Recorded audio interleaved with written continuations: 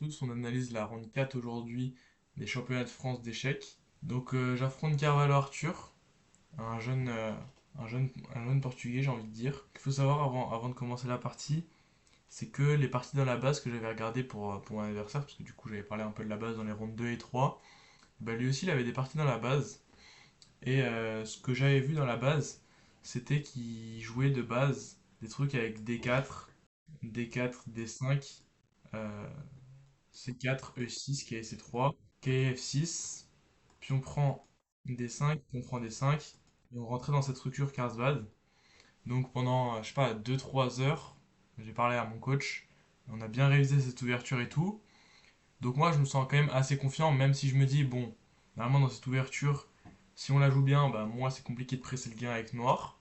Mais ok, je reste confiant à la partie. Donc en sachant pertinemment qu'il y aurait du D4, D5 et que ça allait être dans cette variante, parce que toutes ces parties dans la base, c'était dans cette variante. Donc j'arrive à la partie un peu confiant quand même. Mais bon, j'ai les noirs. J'arrive à la partie. Donc il réfléchit un peu et tout. Et là il joue au 4. Bon, déjà la prépa tombe à l'eau. Et il joue presque ça à tempo, hein. Le 4 à tempo. Du coup je me dis, bon, bah, il a dû se préparer dans ce que j'ai joué sur internet. Enfin, sur mes parties dans la base.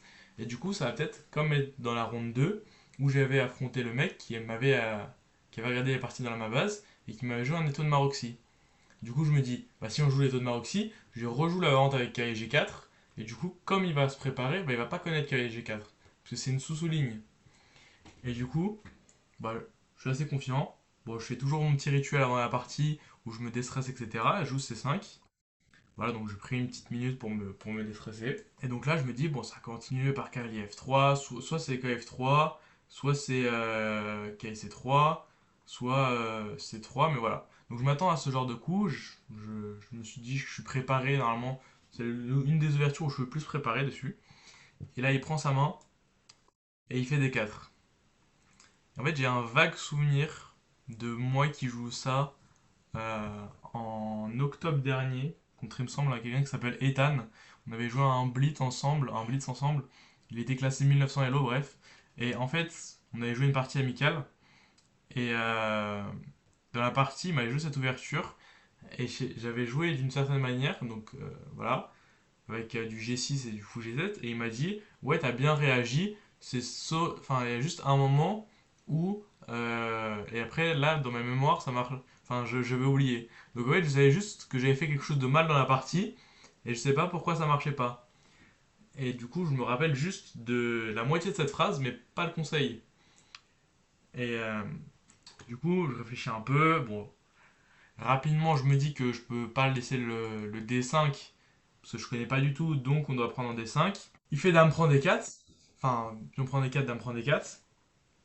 Et déjà là je suis pas confiant parce que il m'a l'air très préparé. Et il m'a l'air très confiant surtout. Surtout que c'est un jeune joueur, donc voilà, il montre qu'il est confiant. Il se lève souvent. Là, par exemple, Dame prend D4. Enfin, à E4, il s'est levé, par exemple. Après, à D4, il s'est levé. Voilà, il se lève à chaque coup. Bon, moi, normalement, ça m'énerve pas trop. Je me sors pas dans la partie pour ces choses-là. Bon, je continue mon développement KSC6. Hein, j'utilise des temps de développement pour attaquer sa dame et me développer.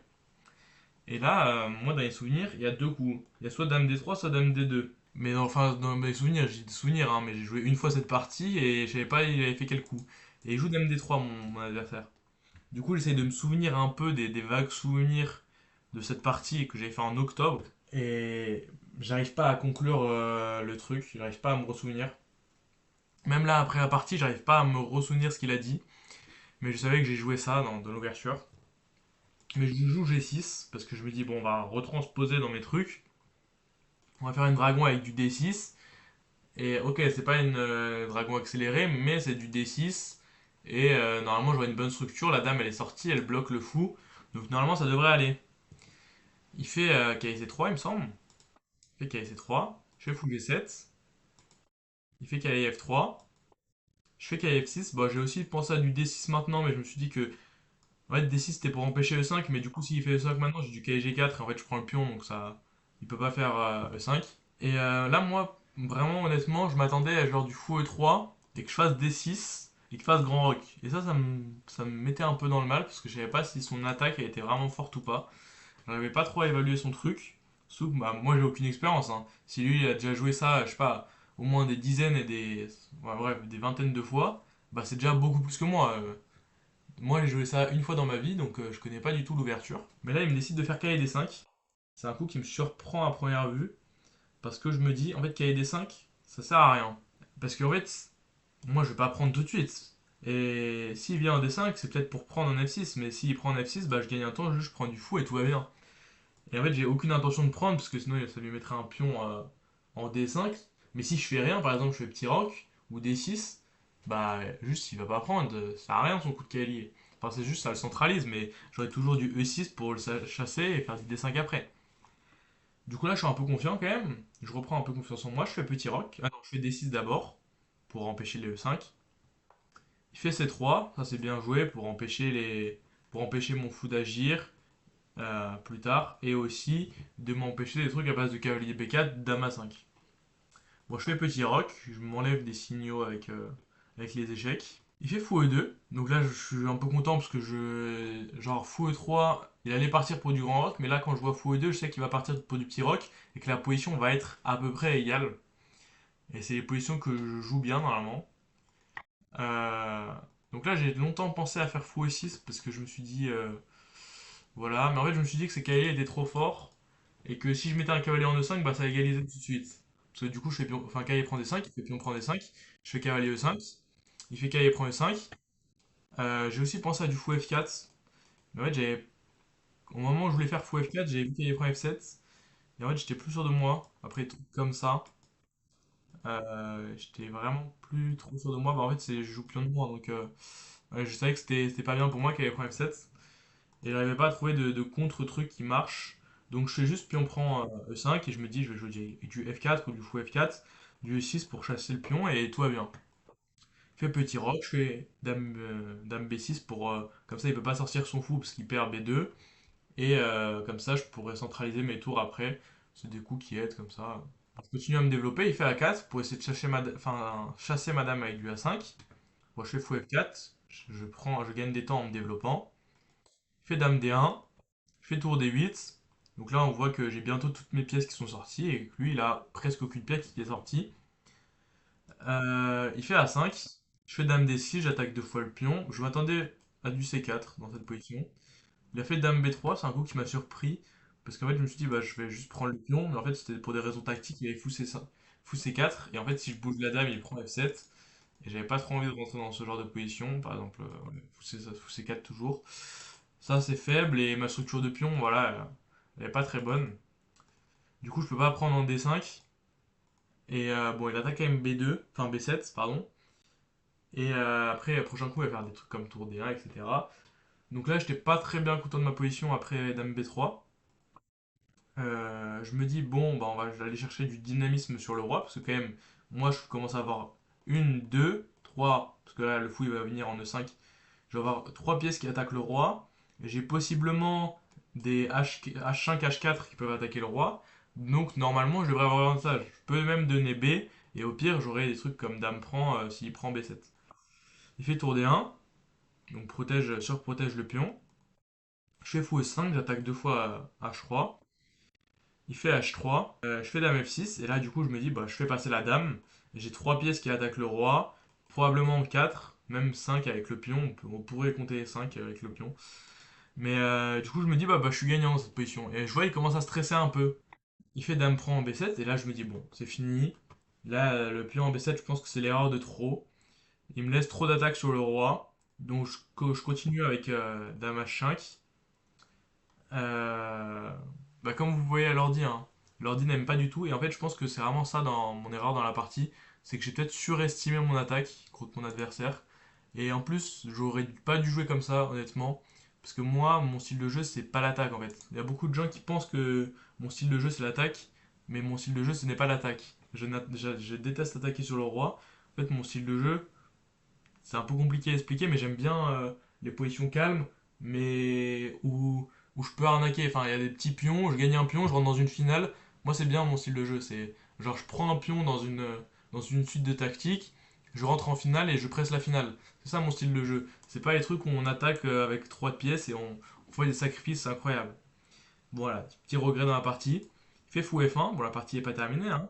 J'ai encore plein d'attaques. Je fais fou D6 pour empêcher son E5 et après avoir beaucoup d'espace. Je pourrais peut-être même mettre une dame en E5 et après menacer dame H2 mat. C'est un peu long, mais voilà. Je fais dame B4, je fais G5 et je me dis, bah, on va ramener une quatrième pièce à l'attaque, hein. On va faire ça. On aura peut-être du roi H8 et du tour G8 pour encore amener la tour sur le roi. Je me dis, bon, bah, je suis gagnant. Fait dame 2. En fait, je comprends que c'est pas si facile pour moi. C'est que sur un coup comme G5, il aurait dame 3. Et si je fais prise, il fait dame G4. Dame, oui, oui, dame G5. Je fais dame prend G5, fou prend G5. Il prend H3. Et en fait, cette finale. Attendez, j'ai pas le tempo. Oui, bah, je prends G2 par exemple. Il prend. Et en fait, on a pion égal. Mais je me suis dit qu'avec les pions passés à l'aile, bah, c'est lui qui presse pour le gain. Parce que moi, je pourrais jamais pousser mes pions. Parce que bah, c'est arrêté par les fous. Mon pion E4, il va être faible. Donc je me dis, c'est une mauvaise finale pour moi. En fait, j'avais pas vu la combinaison avec dame E2, dame E3. Du coup, je me dis, bah en fait, G4, ça marche pas très bien. Du coup, je pense, enfin, avec Dame 2, je pensais que j'étais un peu foutu. Mais je me dis, on va continuer, roi H8, on va faire du H5, on va lui poser des problèmes. Il fait fou E3, je fais tour G8, il fait G6, donc c'est un coup que j'avais vu, hein, parce que je me suis dit, Dame là, on va essayer de re-rentrer par ce côté-là. Je fais Dame H6, il fait G5, je fais fou G6, parce que je me dis, bon, bah, du F5, ça pourra rouvrir la position, etc. Mais le problème, en fait, c'est que c'est mon roi il est bloqué là. J'aurais fait un fou en D5 et bah voilà, je suis un peu foutu. On peut voir autant, hein. Là, on est au 26e coup, donc il y aura un rajout de temps au 40e, mais j'ai plus que 25 minutes. D'ailleurs, je tiens juste à montrer, c'est pas pour trouver des excuses, hein. C'est que moi, au 14e coup, je suis à 1 heure à peu près, même au 9e coup, j'étais à 1h06, et lui, il était toujours dans sa prépa. Donc forcément, j'ai eu un désavantage un peu de prépa qui m'a causé un manque de temps. Mais bon, après, il m'a rattrapé au temps. Et donc là, on se retrouve dans notre position avec 26 minutes à pendule. Et moi, c'est nouveau, hein, ce genre de partie qui dure très longtemps, où j'ai pas beaucoup de temps à pendule. Bah, en fait, c'est nouveau pour moi, parce que moi, souvent, je blitzais les coups. Enfin, j'utilisais pas mon temps. Et du coup, bah, j'ai quand même un peu la pression de dire, bah, c'est la première fois que c'est pour moi que je vais entrer dans cette note. Et aussi, c'est la première fois bah, que je suis retransmis là. Que je suis sur un échiquier retransmis. Bon, donc, ça m'a mis un peu de stress. Bon, après, je cherche pas à me trouver des excuses, mais quand même, ça tenir en compte. Donc là, il fait G5, il ferme la position. Il fait C4. Donc là, il continue son plan pour les pions passés. Je fais dame G7 parce que je me dis, bah, de toute façon, ma dame elle fait rien et je vais essayer de la remettre comme ça. Bon, là, y a pas, ça marche pas parce qu'il a des fous des 4. Mais bon, je vais essayer de la remettre en jeu. Il fait dame D2. Je fais H5, j'essaie d'ouvrir le roi comme je peux. Il fait C5. Je fais fou D4 pour. Enfin, fou D5, enfin, fou E5 pour enlever les tactiques où il cloue ma dame, etc. Il fait quand même fou D4. Je fais fou prend, dame prend, F6 pour pas échanger les dames, parce que la finale, encore une fois, elle serait morte pour moi. Il fait fou G2, attaque deux fois mon pion. Je fais pion prend H4, il fait pion prend H4, et en fait là je me dis, bah j'ai pion de moins, ces pions passés ils vont aller à dame, même s'il a moins de temps, bah je suis foutu en fait dans la position. Là je peux rien faire. Je fais tour B1, parce que je me dis, bon, ce genre de truc, s'il redonne le pion, j'ai toujours un peu de moins dans la finale, hein. Ouais, ça, mon problème, c'est que j'ai donné un pion. Enfin, j'ai donné B7, et après, du coup, ça donne les pions passés. Et j'aurais peut-être dû faire plus attention à B7. Attendez, je vous mets la position. Là. Ouais, du coup, je fais tour B1. Je fais tour A3, c'est un coup que je comprends pas à première vue, parce que je me dis, bah, tour A3, ça fait rien. Ouais, je comprends que juste, il veut venir en H3, et qu'après, il veut me clouer, il veut faire fou prend, par exemple, une variante illustrative, où il fait A6, tour H3. Fou H7 pour pas mettre la dame. Il fait fou prend E4. Et après, il va prendre avec la tour et c'est complètement perdant, un truc comme ça. Et la dame de plus, enfin, dame contre tour et c'est totalement gagnant. Du coup, sur tour A3, bah, je fais ce que je peux, hein. Je fais tour C1, enfin tour C8, parce que je veux faire roi G8, etc. Et je veux quand même mettre de la pression sur C5 et sur B2. Il fait B4, donc là il protège toute sa chaîne de pions. Je fais F5 parce que je me dis bon, bah maintenant que il a fait ça, il a avancé ses pions, bah c'est le moment d'échanger les dames pour rentrer dans la finale et peut-être arnaquer un truc comme ça. Bah je savais que j'étais perdant, mais bon, mais voir arnaquer. Il fait pion prend F5, je fais fou prend F5, il fait fou prend E5, enfin E4 pardon. Je fais fou G4 pour pas échanger les fous. J'ai deux pions de moins dans la finale. Il fait tour D2, je fais dame prend D4 parce que je me dis bon de toute façon en tous les cas mieux vaut essayer d'arnaquer ça qu'avec les dames, parce que les dames, de toute façon, je suis cloué, donc en tous les cas, elles vont s'échanger à un moment. Donc c'est tour prend des 4. Je fais roi G7 pour essayer de monter le roi, par exemple, en E5. Il fait tour G3, fou D7 de ma part. Il fait C6, il avance ses pions passés. E5, bah, c'était juste pour mettre un peu d'embrouille dans son cerveau, des trucs comme ça, par exemple. Des petits pièges comme ça, mais bon, ça marche pas très bien en tous les cas. Même s'il rentre dans ce genre de finale, c'est quand même gagnant pour lui. Enfin, là, c'est nul, mais humainement, c'est gagnable pour Blanc. Coup, il se trompe pas sur E5. Il fait d'abord tour prend en G5. Je fais roi F6. Je fais tour G6. Je fais roi F7. Là, j'ai un dernier espoir au niveau du temps. Peut-être qu'il va se tromper à un moment, je sais pas. Bon, après, j'ai 3 pions de moins, mais voilà. Il fait tour D3. Je fais fou E8 pour pas qu'il prenne. Il fait tour F3. Je fais roi E7, parce que je me dis, bon, on va essayer de remonter le roi et partir avec le roi. Mais ça me manque pas. Il fait tour E6. Je me dis, bon, il va prendre un quatrième pion, mais je pourrais peut-être reprendre celui-là, donc ça joue encore un peu. Je fais roi D8, forcé. Et là, il fait tour F8. Et en fait, tour F8, j'avais pas du tout vu. Parce que je me suis dit, roi C7, ça passe. Mais roi C7, ça passe pas. Il a juste D6. Et là, j'ai abandonné à partir de D6. Parce que si je fais roi D8, il fait tour prend. Et il fait échec et mat. Donc on est à 3 sur 4 dans ce championnat. Il me semblait que à ce moment-là du tournoi, je pensais que j'étais 20e, je pense. Mais ouais, là j'étais dans les 7 premiers, enfin dans les 10 premiers à jouer dans les tables retransmises. Et là cette défaite m'a mis un peu dans le mal. Je suis parti du coup à 3 sur 4. J'étais genre 20e du classement. Après la partie, j'étais pas très bien. J'ai parlé à des gens pour reprendre de la joie de vivre, on va dire. En fait, j'avais peur que après cette défaite, il y a beaucoup d'émotions qui sont ressorties. Et en fait, j'avais peur que ça redevienne comme les IDF. Où les IDF, j'avais fait un bon tournoi au début, je crois que j'avais fait même 3 sur 3. Et qu'après, j'avais perdu une ronde. Et qu'après, j'avais perdu genre 4 d'affilée. J'avais perdu 4 parties d'affilée. Du coup, j'avais peur que ça se reproduise. Et encore une fois, hein, ce tournoi, je l'ai toujours dit que ça mettait en jeu les échecs. Genre, si je faisais un mauvais tournoi, j'arrêtais les échecs. Donc évidemment, ça fait beaucoup d'émotions qui ressortent. Mais après, j'ai parlé à d'autres gens. Et donc, ça m'a remis un peu dans le bain, on va dire. Bon, sur ce, je vais vous mettre l'analyse de l'ordi. Je vais pas trop parler de mes sentiments parce que vous n'êtes pas là pour ça. Donc, il a joué à 95 de précision. Il a franchement fait une très belle partie à mon adversaire. Peut-être j'aurais dû peut-être mieux connaître l'ouverture. Mais encore une fois, hein, je me rappelle vraiment plus du tout de ce qu'il m'a dit le mec à Caen en octobre. Il prend des 5. Encore une fois, là, ça joue. Dame B6. Et là, je pense que là, on est toujours dans sa prépa, hein. Je pense vraiment au premier degré qu'on est toujours dans sa prépa. Voilà, Dame B3, c'est Dame B3, meilleur coup. Bon, tour D1, ok, je pense que c'est plus dans sa prépa parce qu'il a commencé à réfléchir. Après, j'ai surestimé mon attaque. C'est pas passé. Il y avait vraiment une grande défense. Et après, il a su la convertir très proprement, mon adversaire. Ouais, après c'est fini. Je me fais mater. Enfin, je me suis arrêté avant le mat. Mais ok, bien joué à lui. Du coup, on est à 3 sur 4. La prochaine ronde, on va jouer, il me semble, contre encore un très jeune joueur, il me semble. Euh, Bon, la partie, elle va être elle va me remettre dans le banc, on va dire. Je vous laisse sur cette phrase. Mais voilà, je suis pas retombé comme dans les IDF. Je vous laisse sur ça. Et sur ce, merci d'avoir regardé la vidéo jusqu'au bout. Donc merci d'avoir regardé la vidéo jusqu'au bout. N'hésitez pas à regarder les autres vidéos de la ronde 2 et 3. Donc je vous dis à plus tard pour la ronde 5. Salut à tous, au revoir.